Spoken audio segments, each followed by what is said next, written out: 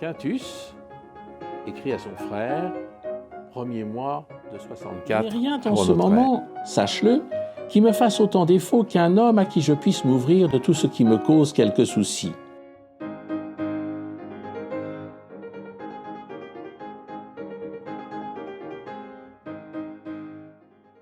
Cicéron a toujours entretenu avec Jules César des relations complexes et difficiles. Il n'est pas le seul, bien évidemment. César a toujours représenté pour Cicéron l'image du tyran. Et le tyran, c'est celui qui prive le peuple de la liberté. Nous sommes en république, du moins théoriquement, et la libertas, ça veut dire non pas le droit de faire ce qu'on veut, mais ça veut dire le fait qu'on obéit à des lois, et des lois qui ont été votées de façon commune, et non point, évidemment, à un roi. César représentait donc de plus en plus ce pouvoir dictatorial que refusaient Cicéron et un certain nombre de ses contemporains. Mais en face, il y avait Pompée, qui ne valait guère mieux, et finalement, quand la guerre civile a approché, il a fallu que Cicéron puisse faire un choix. Il s'y est refusé pendant longtemps, nous y reviendrons, mais Pompée était le choix du devoir.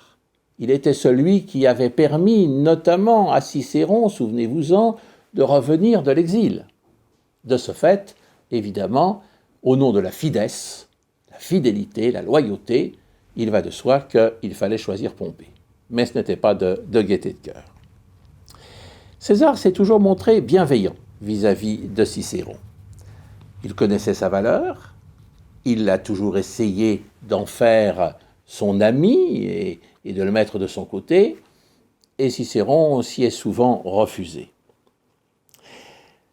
Lorsque César veut se représenter au consulat, se pose un grave problème, car il vient de faire 2 campagnes en Gaule de 5 ans, et il a le droit, après son consulat de 59, donc de postuler pour le consulat 10 ans après, en 49. Seulement voilà, il faut pour cela venir présenter sa candidature en personne au forum. Or, pour pénétrer à l'intérieur de l'enceinte sacrée de Rome, le pomerium, et donc venir au forum, il faut déposer son pouvoir militaire. Autrement dit, César devrait abandonner non seulement toute idée de triomphe, mais surtout abandonner son pouvoir de proconsul. Et abandonner son pouvoir de proconsul, cela veut dire tout simplement risquer de tomber sous le coup des poursuites judiciaires et donc ne pas pouvoir faire campagne ni se représenter. Il fallait donc trouver une astuce. Et César avait demandé à ce qu'on vote une loi pour qu'il puisse se présenter in absentia, comme l'on disait, c'est-à-dire se faire représenter par quelqu'un, mais qui ne soit pas obligé lui-même de venir au cœur du forum déposer sa candidature. Et c'est ça qui a fait un énorme débat, évidemment, parmi les sénateurs, et cette loi, Cicéron, dans un premier temps, y était bien sûr hostile, mais il savait qu'il allait être difficile de l'éviter. Voici par exemple ce qu'il écrit à Atticus en décembre 50. Je rappelle que la candidature était en principe pour 49, mais que les élections avaient été repoussées, tellement la situation était catastrophique. Alors, il faut donc selon toi le laisser à la tête de son armée après l'échéance légale de son commandement, briguer le consulat. Car je précise que Pompée, qui s'était lui montré favorable à cette loi, ce qui avait surpris tout le monde, avait une autre idée en tête. Il avait calculé que, en fait, les 10 ans de César n'étaient pas tout à fait 10 ans et que, par conséquent, il devait abandonner son pouvoir la dernière année, ce qui revenait au même et présentait un danger majeur pour César. Tant s'en faut, je n'admets même pas pour ma part qu'il y soit candidat sans être présent. Mais lui accorder l'un, c'est lui donner l'autre. C'est quand il était faible qu'il fallait lui résister, et c'était facile. Aujourd'hui, 11 légions, toute la cavalerie qu'il voudra, les transpadants, la plèbe urbaine, tant de tribuns de la plèbe, une jeunesse prête à tout risquer, et son autorité de chef, son audace. Voilà l'homme avec lequel il faut ou combattre à mort, ou composer en lui reconnaissant le privilège qu'une loi lui accorde, c'est-à-dire de se représenter, in absentia. La guerre, dis-tu, plutôt que l'esclavage? À quelle fin? En cas de défaite, la proscription en cas de victoire, et l'esclavage tout de même. On voit dans cette lettre que Cicéron était donc contre une nouvelle candidature, évidemment, de César, mais comme je l'ai dit, César a pu obtenir tout au moins cette loi, ce qui n'a pas empêché, évidemment, en 1949, le début de la guerre civile. Et voici, par exemple, une relation entre César et Cicéron intéressante, parce que pendant ces événements, César a rendu à 2 reprises visite à Cicéron, chez lui, dans ses propriétés, dont une fois en compagnie avec tout simplement 2000 soldats, ce qui n'est pas très très facile à traiter en même temps. Et César vient donc voir Cicéron en décembre 45, donc plus tard, un petit peu plus tard. C'est cette relation-là que je voulais prendre. Et voici ce que Cicéron écrit à Atticus. « Dire qu'un hôte si encombrant ne me laisse pas un mauvais souvenir. De fait, ce fut très agréable. Pourtant, quand il arriva chez Philippe, un ancien homme politique très important qui habitait à 2 pas, le 2e jour des Saturnales, c'est-à-dire le 18 décembre, au soir, sa maison fut complètement envahie par les soldats au point qu'il restait à peine une salle à manger vacante pour y faire dîner César lui-même. 2000 hommes, au bas mot. Pour moi, le choc fut rude. Qu'allait-il se passer le lendemain? Le lendemain, il devait se rendre chez Cicéron. Mais Cassius Barba vint à mon secours en me fournissant des gardes. Le camp dans la nature, ma maison bien protégée. Le 3e jour des Saturnales, César resta chez Philippe jusqu'à la 7e heure, disons pas loin de 13 heures, sans recevoir personne. Ensuite, promenade sur le rivage. Passé la 8e heure, au bain. On le frictionna, il prit place au repas. Il suit un traitement émétique, ce qui lui permit de manger et de boire sans appréhension et avec agrément. Oui, il souffrait de maux d'estomac, en dehors de son épilepsie, César n'était pas toujours en très bonne santé. Menu copieux et service d'apparat, bien sûr, mais pas seulement cela. Le tout bien cuisiné, bien assaisonné, propre de qualité, bref, ce qu'il faut pour plaire.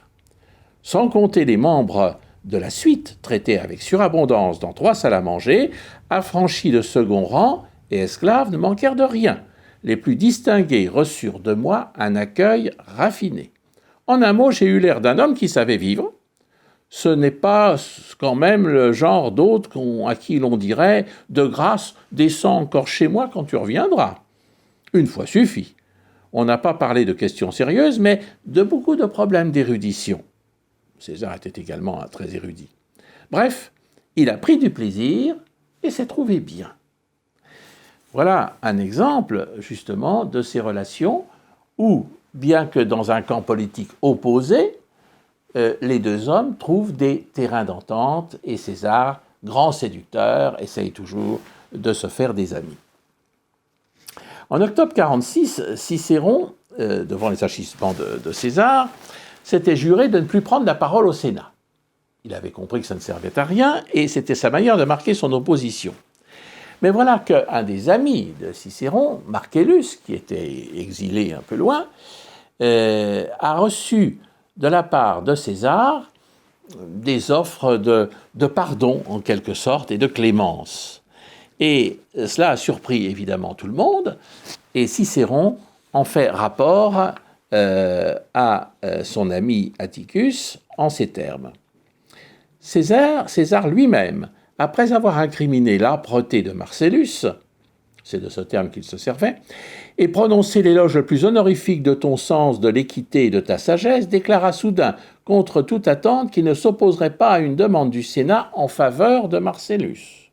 Pour tout dire, ce jour m'a paru si beau que je croyais voir comme l'image de la République, pour ainsi dire, ressuscitée.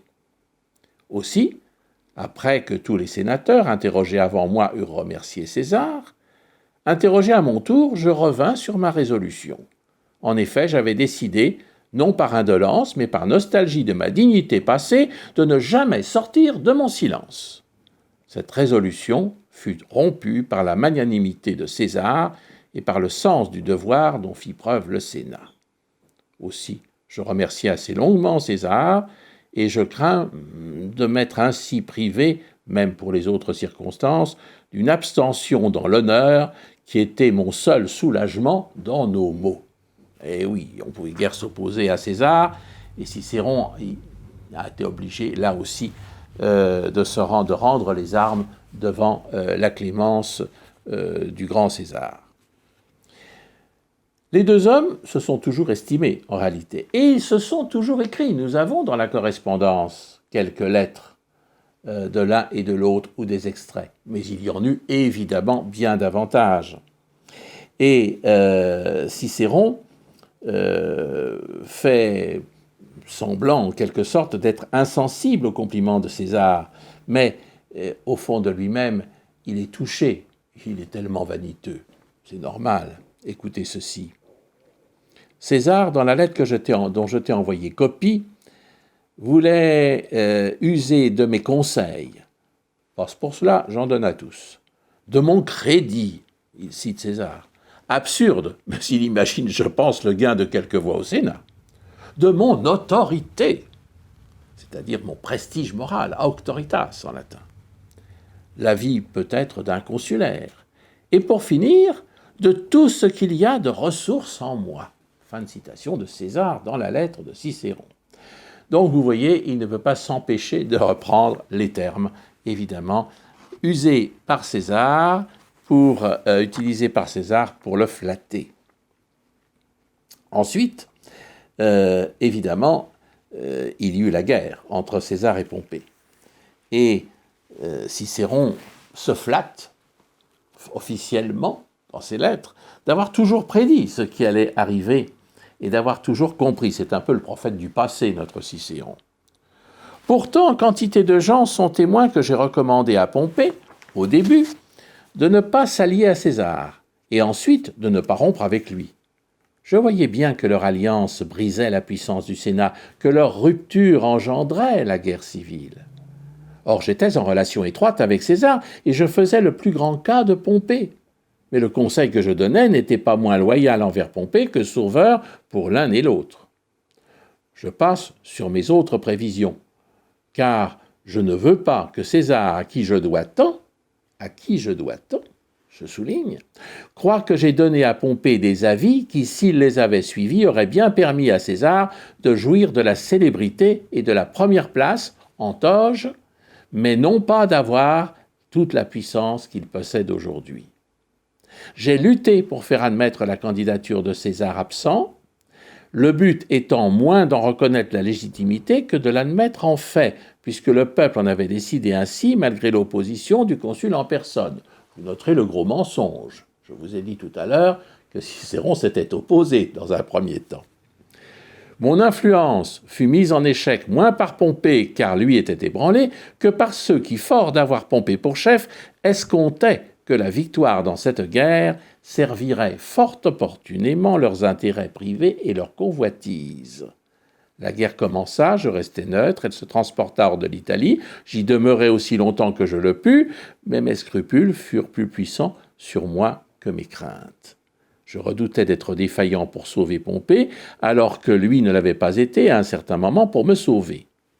Le retour d'exil, bien sûr. Aussi cédant à mes devoirs ou à l'opinion des bien-pensants ou à mes scrupules de conscience, je fis comme Amphiaraus au théâtre et je partis, prévoyant et conscient au-devant du désastre à mes yeux étalé. Dans cette guerre, aucun revers ne survint que je ne l'eusse prédit. Après la mort de Tullia, sa fille en 45, il prend ses distances avec César de façon définitive et même approuve les Ides de Mars, même s'il n'y a pas participé. Mais il est amer. Il sait que la mort du tyran n'a pas empêché la fin de la République et, bien sûr, l'assassinat de la liberté. À Atticus, en avril 44, il écrit « Tu défends les Brutus et Cassius comme si je les blâmais alors que je ne saurais assez les louer. Les maux que j'ai recensés sont dus aux circonstances, non aux hommes. Je constate en effet que malgré la suppression du tyran, la tyrannie demeure.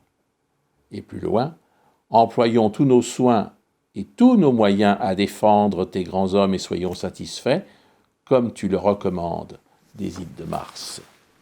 Mais si ce jour a ouvert l'accès du ciel à nos divins amis, il n'a pas ouvert au peuple romain le chemin de la liberté.